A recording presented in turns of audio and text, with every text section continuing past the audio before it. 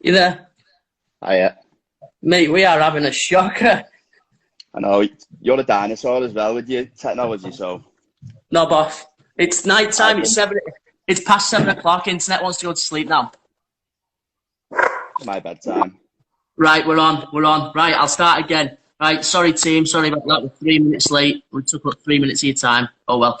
Right, so me and Liam get together once a week. We chew the fat. We show off these half-decent beards, but I'm not showing that. Look at that woghead off. Not a chance. We answer some questions, and then any questions you guys have got, throw them in the comments below. So I'll kick off. So the question was, how accurate are Fitbits, exercise trackers, and smartwatches, bits and bobs like that? So regarding how accurate they are, all right, they're accurate to a certain extent. So there might be, margins left and right where they're not fully 100% accurate. But does that matter for us, general population? Probably not. So if you're tracking your steps and on a Monday it says you're on 5,000 steps, whether that's like 4,500 or 5,000 or 5,500, it's still not enough.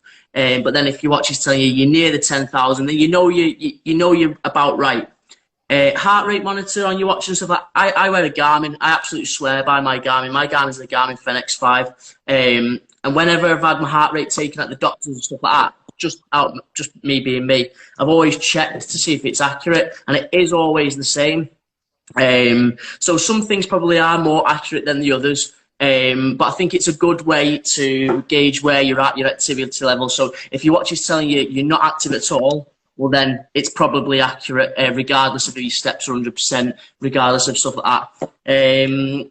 Other features smartwatches are, so like your distance and stuff like that.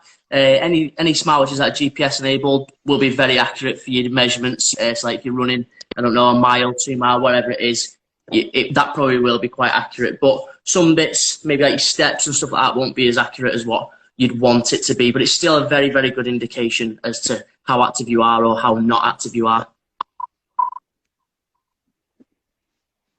So my first question, can you build muscle in a calorie deficit?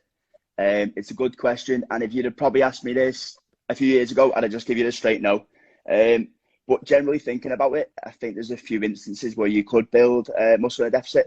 So first off, if you're new to the gym, so if you've never resistance trained before, that new stimulus, providing you're not in too harsh of a deficit, providing your protein intake's adequate, providing you're actually training hard, there's no reason why you couldn't build muscle. That sort of new stimulus paired with the protein intake that you'll be obviously taking on board, there's no reason why you couldn't build muscle in a deficit. Obviously, if you're eating poverty calories, 900 calories, 1,000 calories, you're probably not going to be building any muscle. If you're not training hard, if you're training twice a week, just like one upper, one lower, again, probably not going to build muscle. If your protein intake's 40 grams a day, again, probably not going to build muscle. But if you're a newbie to the gym, then there's absolutely no reason why not. If you're sort of a gym goer who's advanced, or you've been training for a while, then if you want to build muscle, just try not for just above maintenance calories. Doesn't have to be a huge surplus. Just keep yourself ticking over. Again, train the house down, keep protein up, ensure recovery, and you can build muscle that way. But there's no reason why, if you're new to the gym, you can't build muscle in a deficit. Agreed. So someone asked me, am I getting the COVID haircut? No, not at all. It took me months to grow this. Look at that.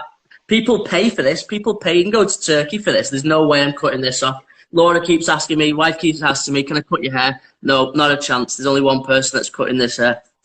So no, it's staying for lockdown, whether it's another week, whether it's another year, it'll be staying. You get it down to here and maybe plait my beard and hair into the wanna. Another question I had, what's my first meal after lockdown? I'm a greedy bastard, me, so I've planned out my full day. It's going to have to be definitely Mackey's breakfast. It'd probably be bagel, sausage egg, bagel, something like that. Probably go for a Subway lunch, nice big foot long meatball, and then for evening meal, I struggled with this one. I don't know whether it'd be because I've been eating out. It'd probably be like a Wagamama's or something like that, or maybe like Mr. Lau's in Warrington, something. Yeah, but it's going to be there's going to be a lot of money spent on meals once this lockdown's gone. I'll tell you that, definitely. Definitely. What about you? What's your post-lockdown meal? I'm just a Domino's man, and obviously they're still delivering, so it's not Yeah. really the end of the world, is it? But the menu is shocking at the moment. They aren't even stocking pineapple at the moment, and I'm a pineapple man. It leads me on to my next question, which is what would your death row meal be? So if I was on death row, I actually look like I could be at the moment. I'm prime suspect at the moment.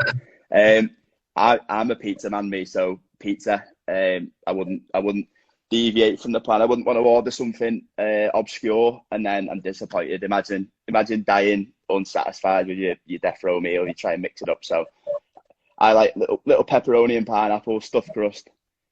I just drink the garlic dip because calories don't count when you're dead. So yeah, gallons of the garlic dip. I was fuming. We ordered Pizza Hut the other night. No cheesy bites. Not cheesy bites is off the menu. I wasn't happy with that at all. So question I had. No, it's shite. Next question I had. Favorite leg exercise. Does anyone like training legs? No. Favorite leg exercise? I'd have to go with one that Liam introduced me to, and that was the pendulum squat. Absolutely cripples you. You get nothing more than 10 kilo on it if you're lucky, and it absolutely buries you. But yeah, I'd say get a lot of bang for your buck with the pendulum. I'd say that's probably that. Other lower exercises, deadlift. If you wanted to talk lower exercises other than leg exercises, yeah, definitely deadlift if we're going lower. But if it's legs, pendulum.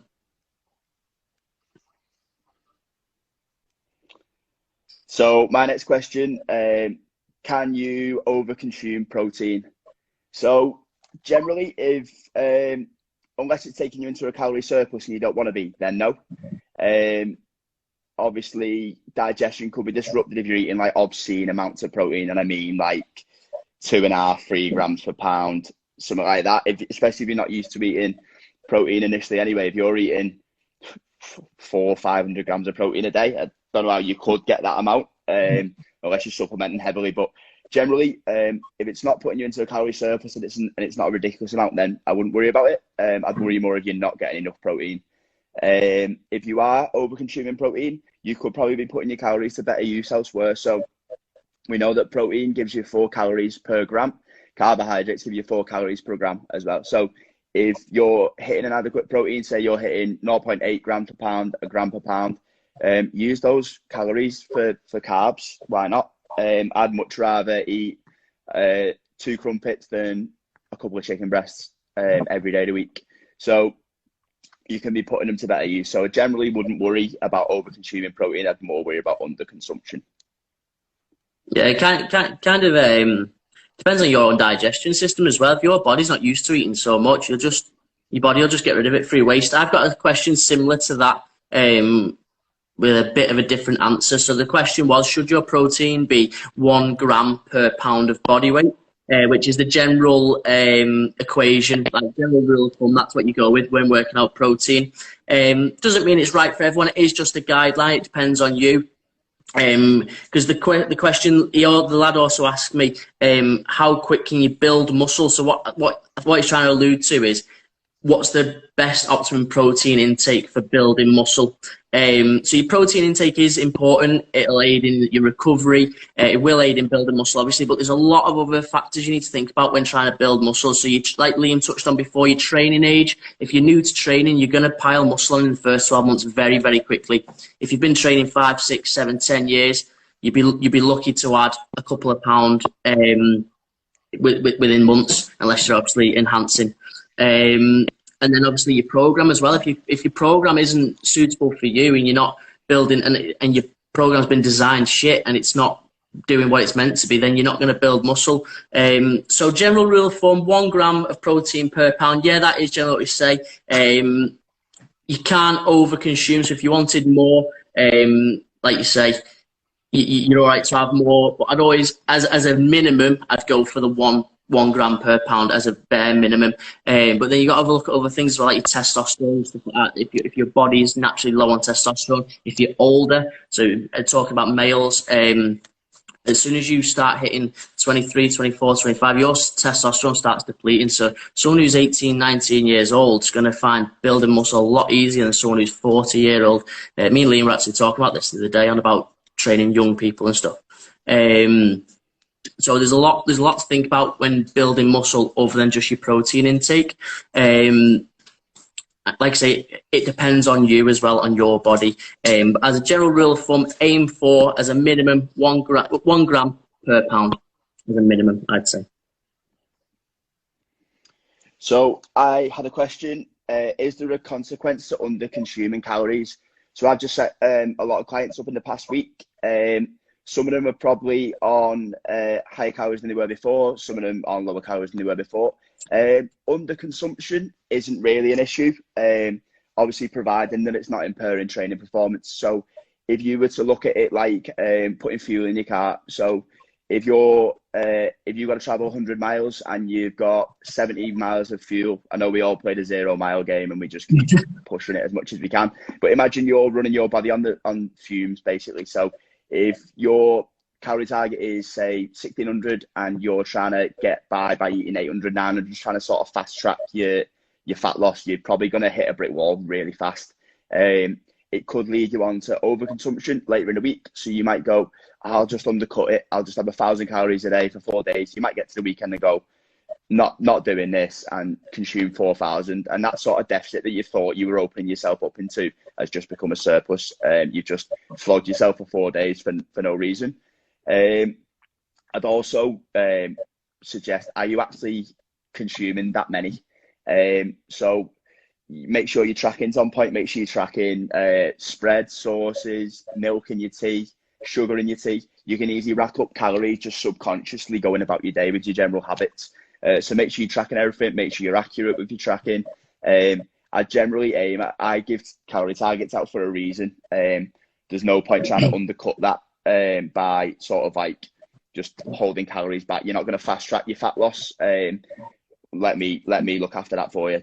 Don't you worry about that. Worry if you're over consuming, then we'll have a check in and discuss it. A one-way conversation. A one-way convo. My way or the highway. No, it's not like that. But it is. No, there's no point. There's no point in trying to come under. I've had this before with clients. Like you set them at 1,500, 1,600, and they'll say, "Oh, that's too high. I don't need to be on that." But you don't want a quick fix. Like Liam said, if you undercut and you're on poverty calories, you come to the weekend, you're going to be starving. You're probably going to be like low on micronutrients as well because you've starved yourself. You're just going to start feeling lethargic, low on energy. You're going to start being deficient in stuff if you're not getting enough food in, your meats, your fruit and veg, stuff like that.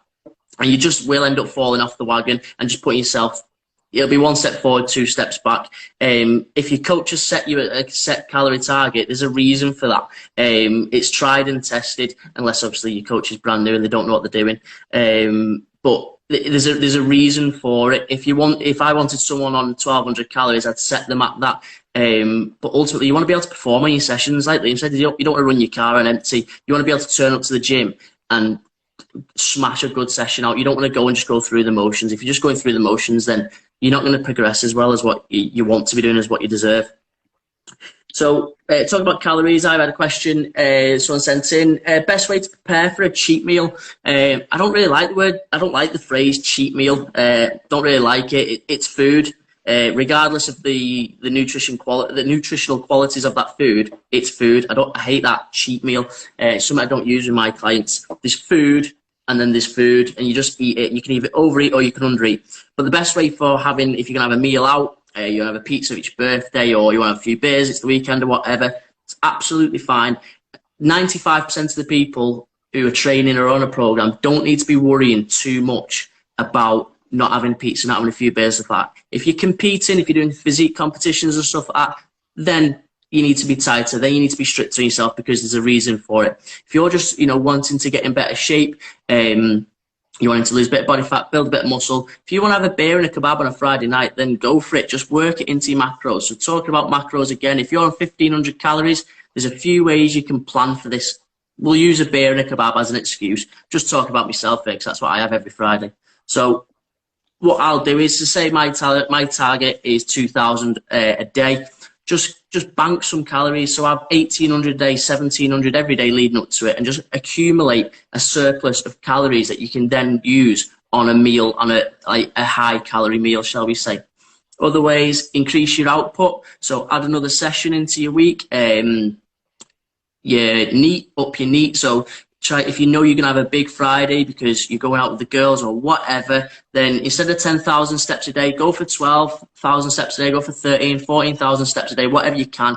Instead of 4 sessions, get that 5th session in, a HIIT session, a spin, another weighted session, whatever you want to do, just expend more energy leading up to it. So there's a few things you can do. If you wanted to be like really smart with it, you could do all of them if you wanted to. You could bank calories leading up to it, add an extra session in, up your steps, and then have that meal guilt-free, shall we say. You should never feel guilty about eating. You only get one life. If no one on the deathbed ever turned around and said, I'm glad I didn't have that pizza on the Friday night. No, it doesn't happen. So if you want to have a meal out or whatever, eat it, just work with it. Now, on the flip side, if you're the person that's doing it week in, week out, and then not getting results, that's probably why you're not getting results. So you need to be smart about it.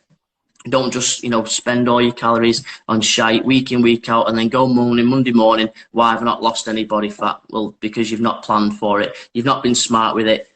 There's better ways of doing it. Alternatively, look for an alternative. So, there's plenty of comparisons out there at the minute. We'll use Liam's example, instead of a Domino's, Marks and Spencer's have got loads of low calorie pizzas in at the minute. So you still feel like you're having a naughty meal. You feel like you're having a cheap meal if you like, but you're not having a 2,000 calorie pizza. You're having a 500 calorie pizza. There's loads of ways around it. I'm waffling. Go on, Liam. Always waffling. Always waffling. Could have waffles on your death row. So we talk a lot about calorie deficits. I have some clients who are in a calorie surplus trying to build muscle. So I've had a question, what are your go-to bulking foods? So I'm trying to put some size on now. I'm eating 4,100 calories a day at the moment. Some days, if my day's long, say I'm up early in the morning and I'm going to bed late at night, it's quite easy. I'll just spread it out through meals. If my days are shorter, if I'm lying on the weekend or I go to bed a bit earlier, it can be difficult. So appetite dependent. If I'm hungry, I like cereals. I'm a stickler for Cocoa Pops. I feel like when I was a kid, I just took cereal for granted. It was just like a poverty breakfast that your mum and dad would give you. But the cereal market's huge now. There's all sorts Reese's Puffs. There's all we could do alive. Just on cereal, but I tend to go for sort of fattier meats, so steak, sausages, bacon, things like that. Eggs, pretty calorie dense.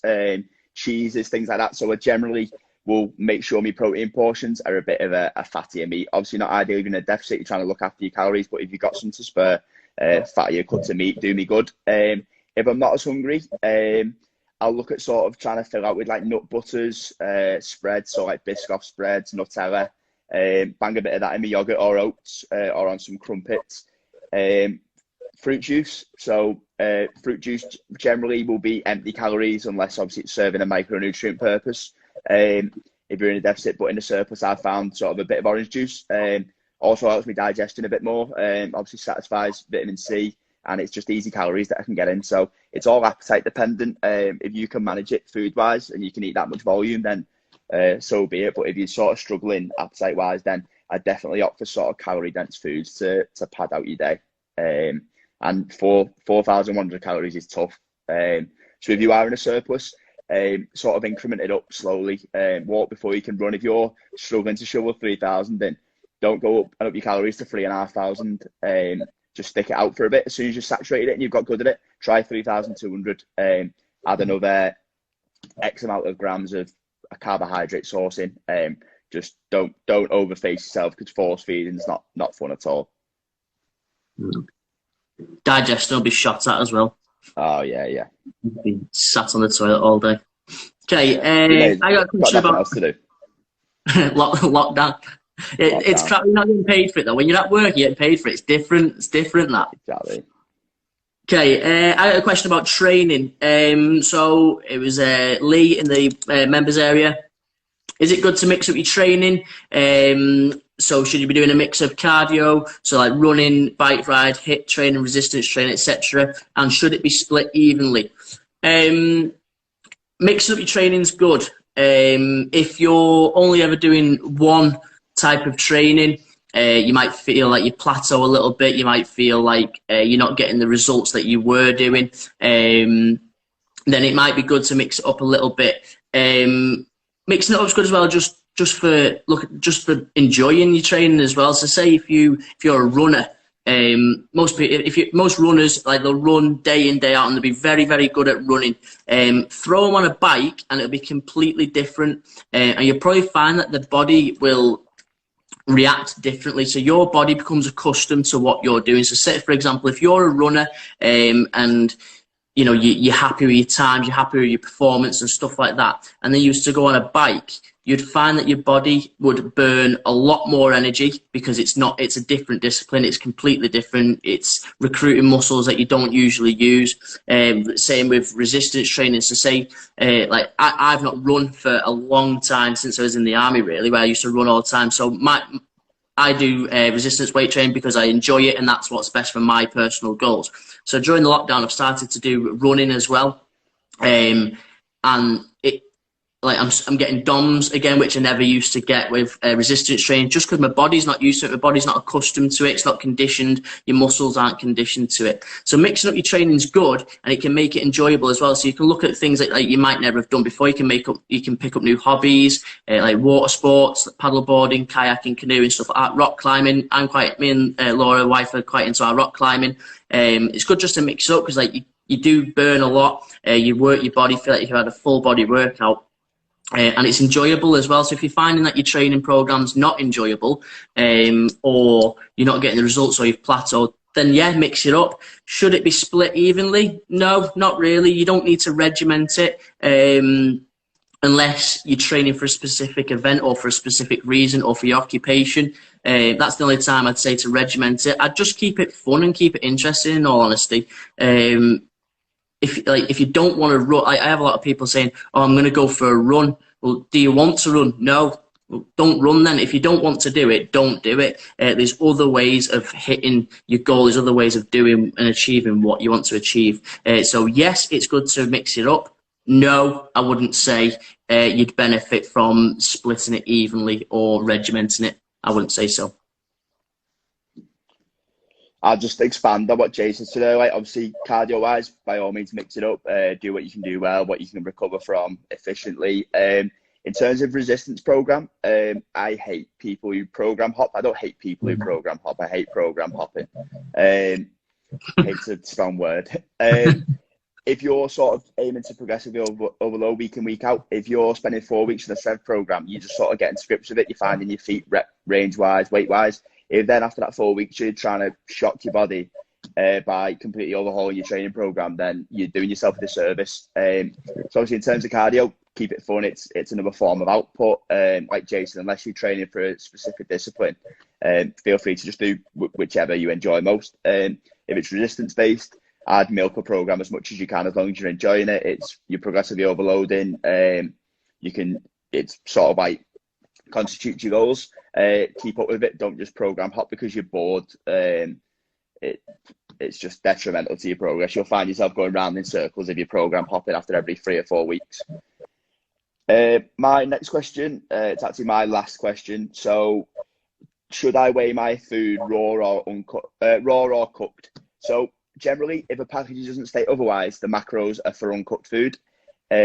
Some might stipulate, so like 100 grams pan fried. This girl said, sometimes says pan fried, sometimes says cooked, grilled, whatever. So generally, I just go off what the packaging says. In terms of protein sources, generally there won't be that much discretion between. Obviously, if you're cooking chicken, it might lose a bit of water. I just generally go off what the packaging says. So if it says 100 grams uncooked, obviously just cook 100 grams. By the time you weigh it, it might be 75 grams. It's still 100 grams uncooked, so just track those macros. If you're batch cooking, let's say you've got a 500 gram pack of ground beef, cook the pan of it, fry it off, put it in tubs, and if it says 100 grams pan fried, just split it into 5 tubs of 100 grams if that's what you want to do. The only thing I'd be wary of is starchy carb sources. So Pasta, for example, 75 grams of pasta equates to 180 grams of cooked pasta. So if it's uncooked, weigh 75 grams, put it in a pan. After you get out the pan, generally it'll weigh 180 grams, as the packaging states. So make sure you're tracking the macros for that. So if you're eating 180 grams of cooked pasta, make sure it is 180 grams of cooked pasta and not 180 grams of uncooked pasta. Otherwise, you're just going to be hemorrhaging calories. You're going to be weighing in, you're half a stone heavier because you've been eating enough pasta to feed Italy.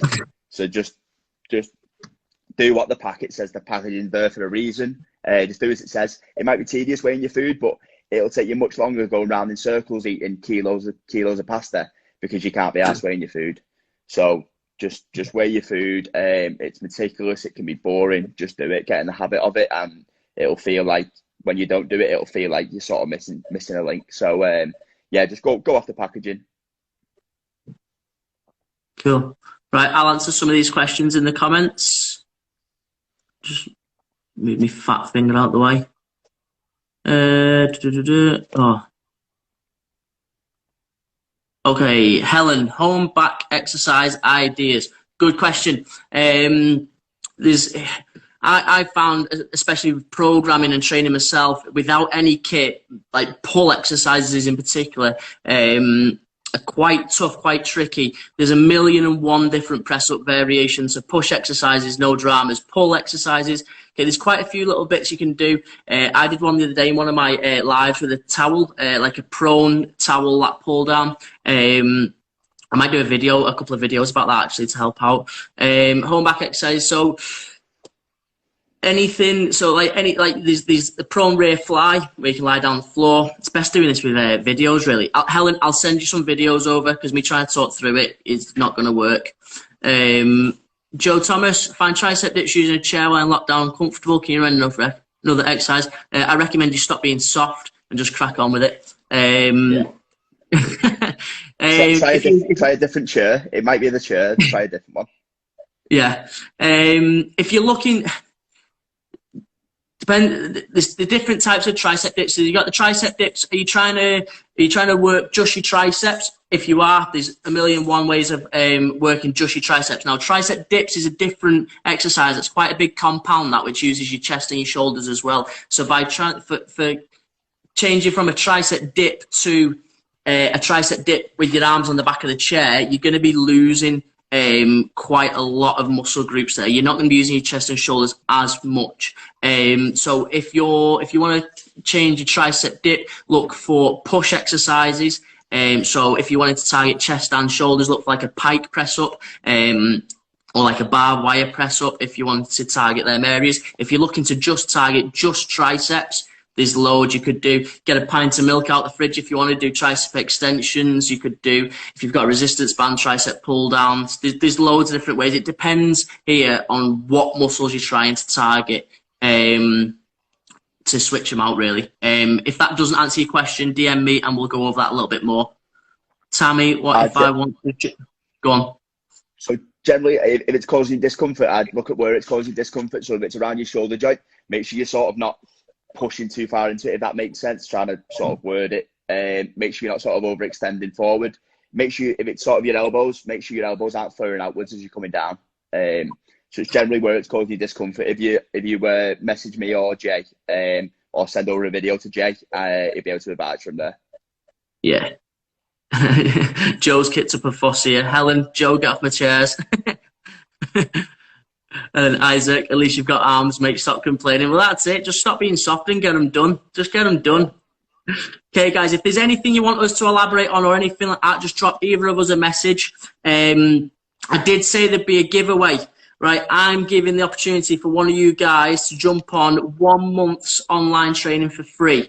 Now, to get this 1 month online training, all you need to do is DM me your goal and why you think you deserve to jump on a 1 month online training with me, all right? And then I'll go through them, and who I think deserves and who I think who's more suited to my program will get 1 month's free online training. So jump in the DMs, fire over your goals and why you think you deserve training, and then we'll go from there.